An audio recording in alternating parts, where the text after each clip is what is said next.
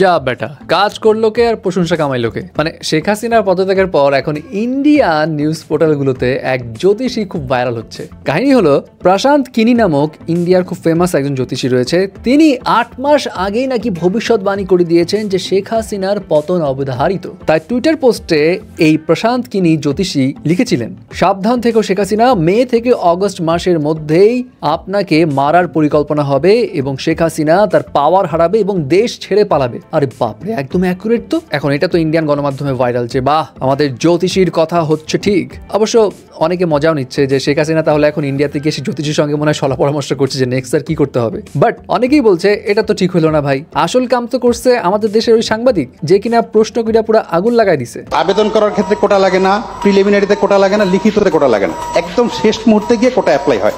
তখন আসলে মেধায় সবাই সমান। এখন আমার সামনে যদি দুইটা অপশন থাকে যে দুইজনই সমান মেধাবী, একজন মুক্তিযুদ্ধের সন্তান, একজন রাজাকারের সন্তান।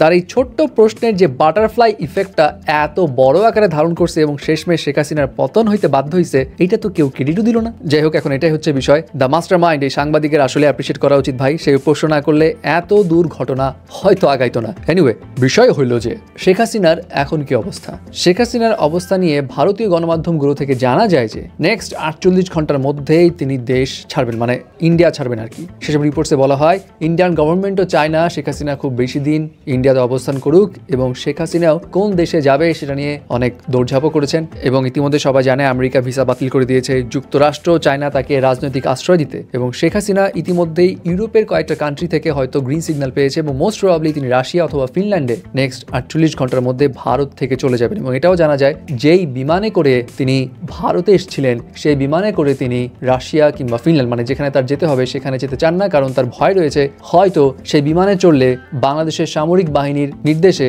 সেই বিমান তাকে ওই নির্দিষ্ট দেশে না নিয়ে গিয়ে বাংলাদেশে আবার ফেরত নিয়ে আসতে পারে। অ্যান্ড দ্যাটস ওয়াই ভারতও নাকি তাকে আশ্বস্ত করেছে ভারত নিজে ব্যবস্থা করে দিবে তাকে অন্য একটি দেশে যেখান থেকে গ্রিন সিগন্যাল পাবে সেখানে পৌঁছে দিতে। সো লেটস সি কি হয়।